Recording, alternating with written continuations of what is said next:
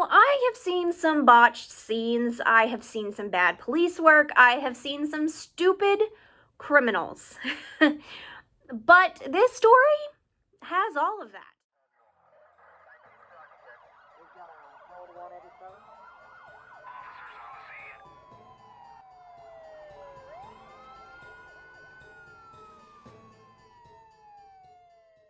So, first off, there's quite a bit of evidence left, so let's examine what police walked into that morning.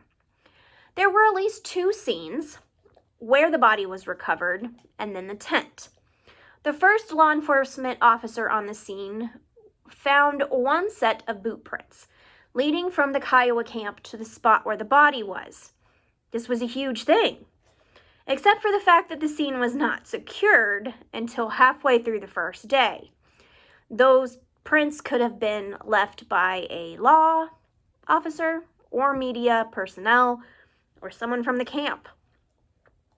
It appeared that the killer had approached from the rear of Tent 7 in the night and unhooked the back flaps to gain entry. It was crazy to think that babies were just protected by cloth, but overall, I guess that's what camping is. He came in, and I think it was a blitz attack. They didn't know anything was happening until it was too late. All the girls had been SA'd. Investigators believe that Lori and Michele were both bludgeoned to death inside the tent, judging by blood splatter on the canvas walls and the wooden floor. The killer tried to clean up the blood using bed sheets, but that didn't really work. They also left one single boot print the size of a 9.5. No fingerprints were found inside the tent.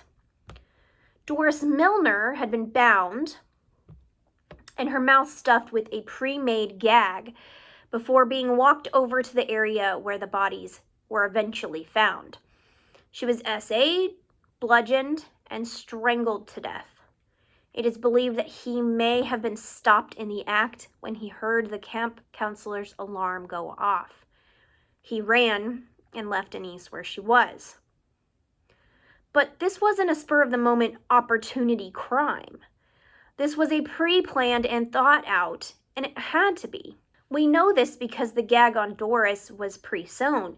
The killer had also brought along a nylon rope and duct tape for binding the victims. They had been lying in waiting in those woods. They knew what to do and when to do it. No matter how much they planned this attack, semen was found on each of the bodies, but this was 1977. We couldn't just bleep bloop do what we do now. But now we can, so stick around for that. But this criminal was interrupted, like I said before, and they dropped their flashlight.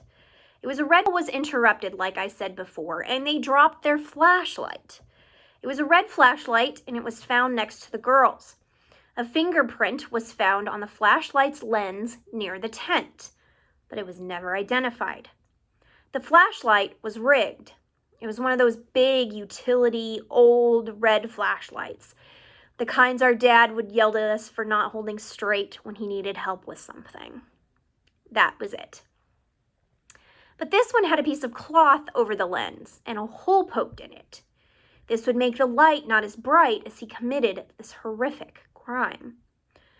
A hair was also discovered caught in duct tape that did not belong to any of the girls.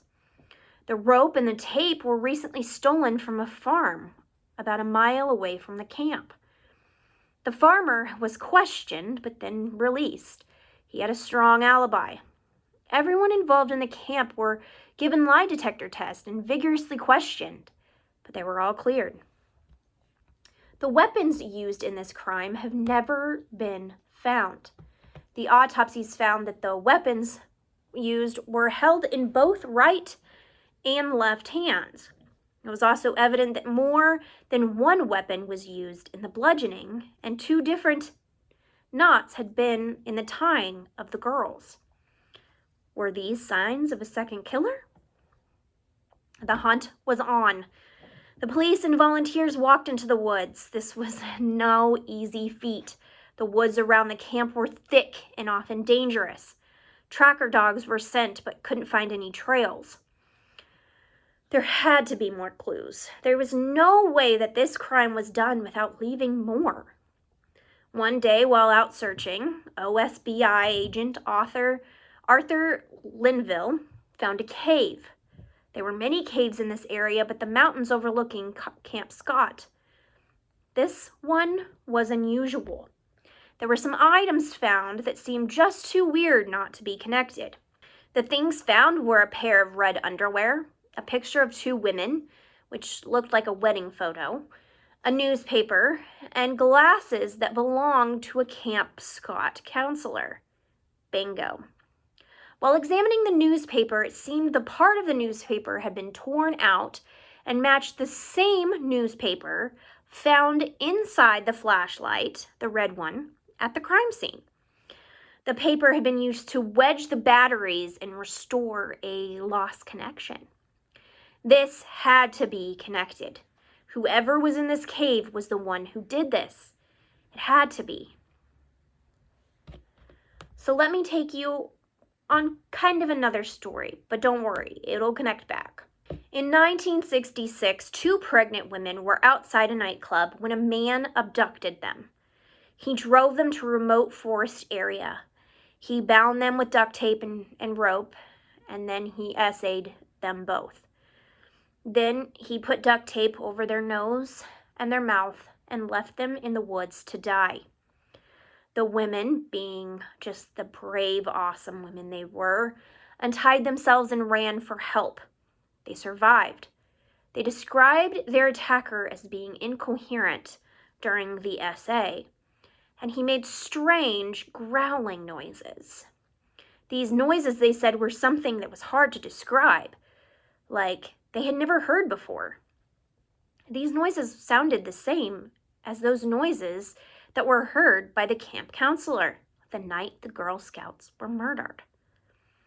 The suspect in this murder had been found guilty of the kidnappings and the essays.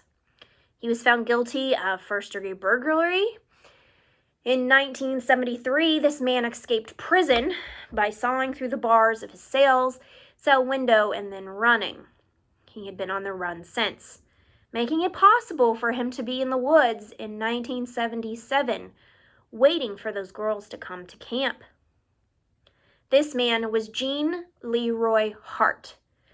Gene, who would have been 34 at the time of the murders, grew up in Oklahoma.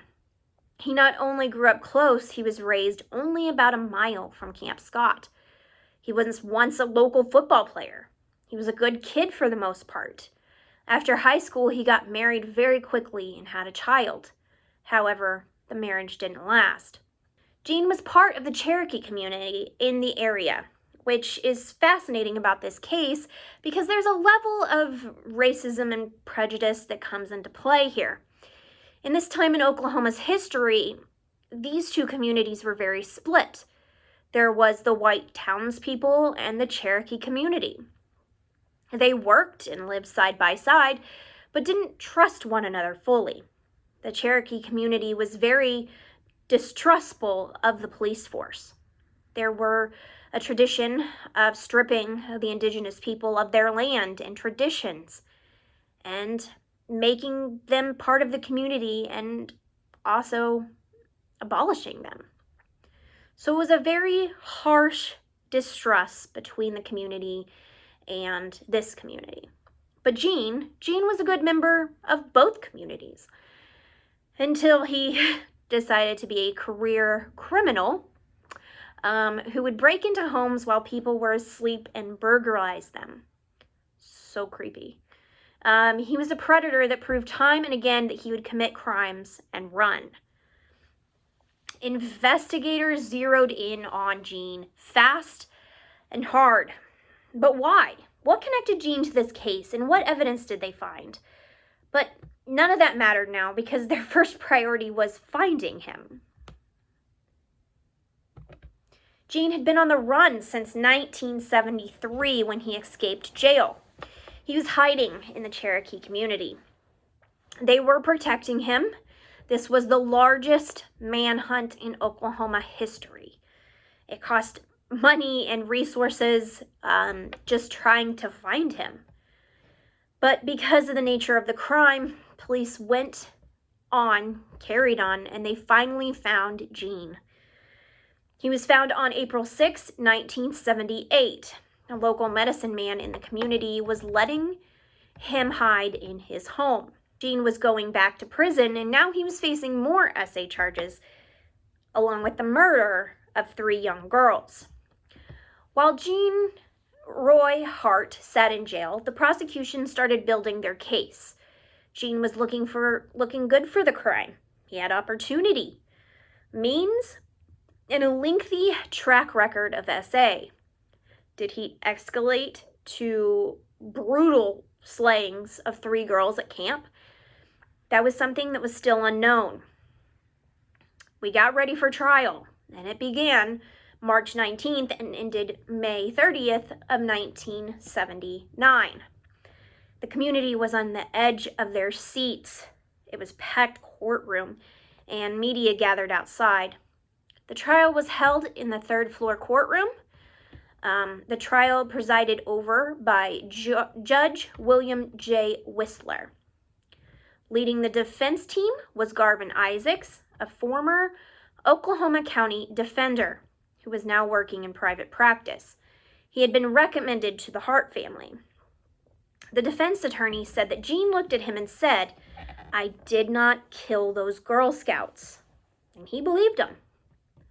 But the community was split. Some believed that Gene was innocent, and the police were planting evidence and just trying to lock him away, either for his past or because he was a Cherokee member. The prosecution leaned hard on the eyeglasses that were stolen from the camp and the hair that was on the duct tape, saying it resembled Gene. DNA was not introduced in trials until the 80s, so the semen sample and the hair samples were useless. There were no fingerprints, and a lot of the evidence was circumstantial. There was no absolute evidence Gene did this. The defense leaned hard on the fact that they didn't have evidence. The footprints at the scene didn't even match Gene's. They said the materials found in the cave, well, that didn't point to anything. The jury was out, and while they thought it over, the family and the victims and the community as a whole waited to see what Gene's fate would be. The jury came back to announce the verdict. The whole world was on the edge of their seats. The verdict came back, not guilty. Gene Leroy Hart was acquitted of the crime of the Girl Scout murders. The families cried and some community members celebrated, but everyone was shocked. This just wasn't enough evidence. However, Gene was still going to prison for the previous SAs and burglaries that he had previously committed. He would be in prison until death or 300 years. However, only a month later, on June 4th, 1979, Gene died in prison. It was a probable heart attack. And this is where the case remained until 2022. Sheriff Reed spent his whole childhood in the county where the Girl Scout murders took place. So when he grew up, he didn't stop pursuing the case. Him and other experts agreed. Gene Hart did this crime. But how could they prove it? The sample of semen was tested in 1989, but the tests were inconclusive.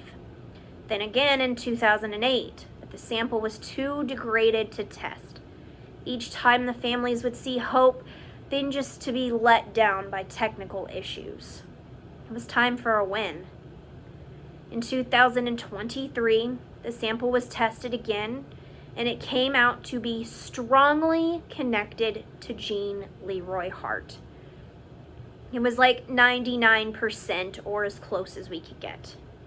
So in 1979, the jury got it wrong and let a free man go, only to have karma get him a month later. The story of the Girl Scouts will forever haunt me. This is terrifying to know that children are not safe anywhere or anymore. And this could have been anybody. It's chilling. My heart truly goes out to the families, but this one is just so brutal and so senseless. I got a lot of my information from The Keeper of the Ashes, the Oklahoma Girl Scout murders. It was a show from ABC News. I believe it's on Hulu. It's really good. I also have my other resources down below. This story, it just brings me back to my childhood and how I was just so happy to go to camp, and how that can just be all taken away from you and your future just gone just because somebody wanted to commit this crime. It makes me sick. And the fact that Jean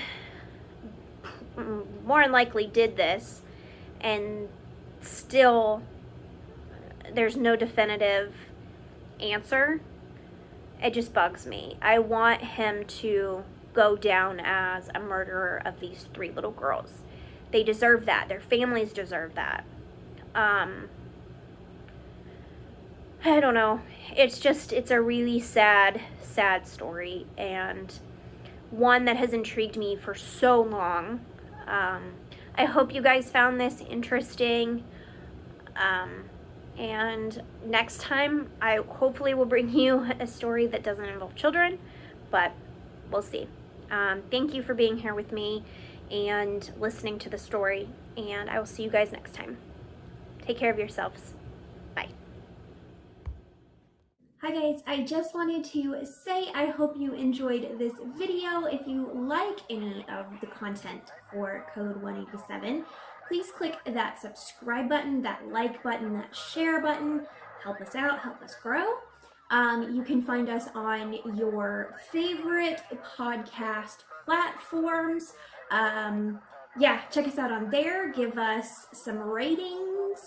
Tell us what you think.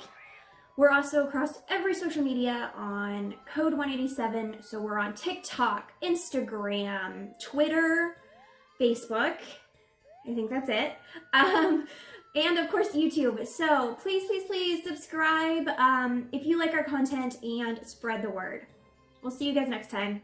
Bye.